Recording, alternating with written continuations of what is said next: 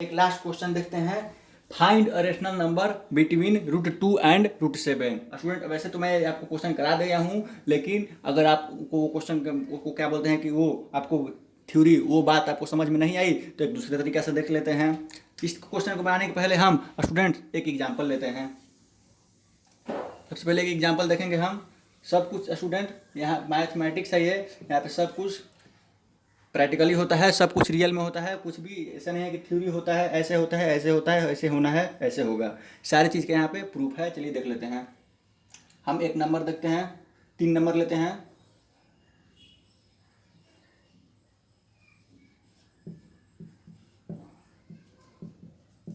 हमने 3 नंबर लिखा इस टर्म में। 9 is sorry 25 is greater than 16 greater than 9। अब हम एक चीज़ और करते हैं।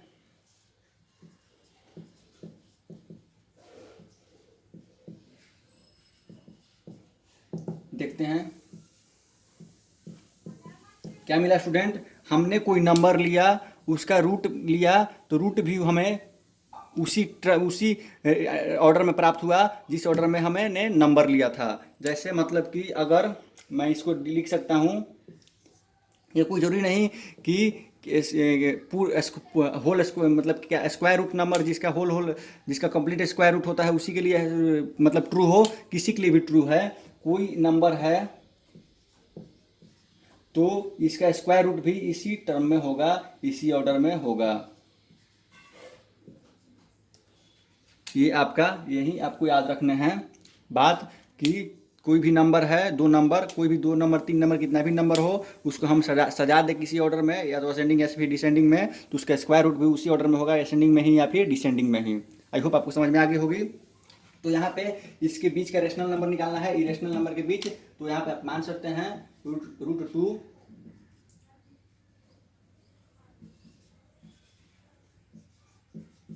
आपको इस बीच के नंबर को निकालना है। बीच के नंबर को निकालना है तो बीच के नंबर को निकालना होगा आपको। तो जैसे ये रूट है तो बीच वाला भी हम मान लेते हैं कि रूट ही वाला होगा। लेकिन रूट वाला होगा तो रूट वाला होने के लिए सबसे पहले इसको क्या होना है, इसको होना क्या है, इसको होना है। फिर चलिए इसको आपको ऐसे समझाते हैं। ये 2x7 तो √2 √x और √7, इन दोनों के बीच वाला ही हमें ये निकालना है। लेकिन इसका जो होना चाहिए, इसका नेचर क्या होना चाहिए, रेशनल होना चाहिए रेशनल।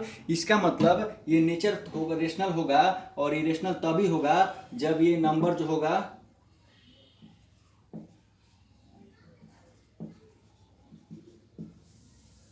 कंप्लीट इसका स्क्वायर रूट निकल जाए। कंप्लीट इसका स्क्वायर रूट निकल जाए ये नंबर, तभी यहाँ पर आएगा। तो यहाँ पे 2 और 7 के बीच में कौन सा ऐसा नंबर है जिसका कंप्लीट होल स्क्वायर निकल जाए। तो 2 और 7 के बीच में केवल यहाँ पे नंबर जो है 4 है। 4 ही केवल यहाँ पे सब्स्टिट्यूट हो सकता है, जो कि यहाँ पे हम इसका कंप्लीट स्क्वायर निकलेगा। तो यहाँ पे √4 का कंप्लीट स्क्वायर हमारा निकल जाएगा 2, और 2 एक रेशनल नंबर इन दोनों के बीच में है, आप चेक कर सकते हैं। मैंने आपको पहले बताया कि √2 इक्वल टू होता है 1.414 ऐसे करके कुछ होता है, और 7 का होता है किससे 2 से ज़्यादा। तो इन दोनों के बीच में 2 रेशनल नंबर आ सकता है कि नहीं आ सकता है, बिल्कुल आ सकता है। और आप ध्यान रखिएगा कि कोई बोलता है कि square root of any number equal to +-2, बिल्कुल नहीं। स्क्वायर रूट ऑफ, जैसे कोई बोलता है कि square root of 4 equal to +-2, बिल्कुल रॉन्ग है। Square root of any number equal to केवल पॉजिटिव वैल्यू होता है। मतलब कि अगर स्क्वायर रूट 4 इक्वल टू केवल 2 होगा, ना कि +-2 होगा। स्क्वायर रूट 9 इक्वल टू केवल 3 होगा, +3, ना कि -3 होगा। कैसे, ये सारी बातें आपको आगे चल के समझ में आ जाएगी। फिलहाल के लिए आपका ये इतना ही काफ़ी है। तो स्टूडेंट्स, आई होप आपको समझ में आ गया होगा ये कॉन्सेप्ट। आप इसको समझ लीजिएगा। मैं आपको फिर से रिकॉल करा देता हूँ कि यहाँ पे √2 और √7 के बीच में 2 रेशनल नंबर निकालने थे। मैंने सबसे पहले मान लिया कि √2 मैंने मान लिया कि 2 एक नंबर है, उसके बीच में से हम बीच वाला नंबर हमें फाइंड करना है जो कि 7 से छोटा हो और 2 से बड़ा हो। तो हमने अभी क्या बताया आपसे कि अगर ये असेंडिंग ऑर्डर में है तो असेंडिंग ऑर्डर में ही इसका स्क्वायर रूट होगा, और डिसेंडिंग ऑर्डर में है तो डिसेंडिंग ऑर्डर में स्क्वायर रूट होगा। तो हमने स्क्वायर रूट लगा दिया। तो ये नंबर हमें फाइंड करना है बीच वाला। लेकिन बीच वाला का नेचर क्या होना चाहिए, क्या होना चाहिए, रेशनल होना चाहिए। जब ये रेशनल यही होगा तभी होगा जब एक्स क्या होगा, कंप्लीट स्क्वायर रूट जिसका निकल, एक्स का वैल्यू ऐसा हो जिसका कंप्लीट स्क्वायर रूट निकल जाए, ये मतलब कि कंप्लीट स्क्वायर होता हो जिस जो नंबर का, तो क्या होगा, केवल यहाँ पे 4 ऐसा नंबर है, यहाँ पे 4 ऐसा नंबर है जिसका कंप्लीट स्क्वायर रूट निकल जाए। और कंप्लीट स्क्वायर रूट निकल जाए इसका मतलब कि इन दोनों के बीच में एक नंबर आएगा जो कि रेशनल होगा। समझ में आ गया? आई होप आपको समझ में आ गया होगा।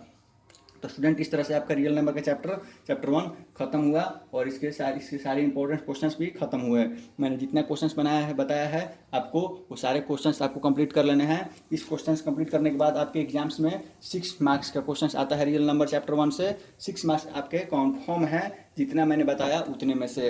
आप इस सारे वीडियो को फिर से देखिए, आप सारे वीडियो लगभग यूट्यूब पर अवेलेबल करा दिए जाएंगे कुछ दिनों में, और अवेलेबल हैं अभी तक भी कुछ, तो इन सबको आप ध्यान से देखिए, सारे कॉन्सेप्ट को नोट्स बनाइए, सारे कॉन्सेप्ट को ध्यान से समझिए। क्वेश्चंस को आप एक बार नहीं, कम से कम 2 से 3 बार रिवीजन कीजिए, हर क्वेश्चन का 2 से 3 बार बनाइए स्टूडेंट्स, क्योंकि बोला गया है कि एक किताब को 10 किताब को एक बार पढ़ने से सफलता नहीं मिलती है, बल्कि एक किताब को 10 बार पढ़ने से ही सफलता मिलती है। और आप भी अगर चाहते हैं कि आपका मार्क्स 90 प्लस है, 95 प्लस है मैथ में, तो इसके लिए आपको केवल प्रैक्टिस करना होगा।